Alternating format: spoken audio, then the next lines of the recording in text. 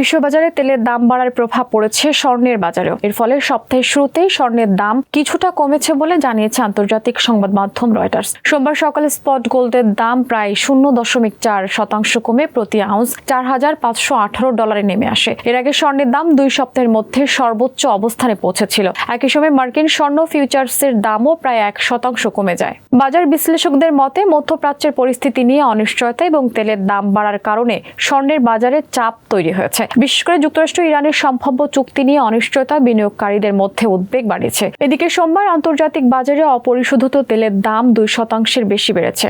এতে মুদ্রাস্ফীতি এবং সুদের হার আরও বাড়ার আশঙ্কা তৈরি হয়েছে। সাধারণত স্বর্ণকে নিরাপদ বিনিয়োগ হিসেবে ধরা হলেও সুদের হার বেশি হলে বিনিয়োগকারীরা স্বর্ণের পরিবর্তে অন্য খাতে বিনিয়োগে বেশি আগ্রহী হন। ফলে স্বর্ণের চাহিদা ও দাম কমতে পারে। অন্যদিকে মার্কিন ফেডারেল রিজার্ভের কর্মকর্তারা বলছেন, মধ্যপ্রাচ্যে চলমান সংঘাত বিশ্ব অর্থনীতিতে কি ধরনের প্রভাব ফেলবে তা এখনো পর্যবেক্ষণ করা হচ্ছে। তবে পরিস্থিতি দীর্ঘমেয়াদে মূল্যস্ফীতির চাপ বাড়াতে পারে বলেও আশঙ্কা করা হচ্ছে।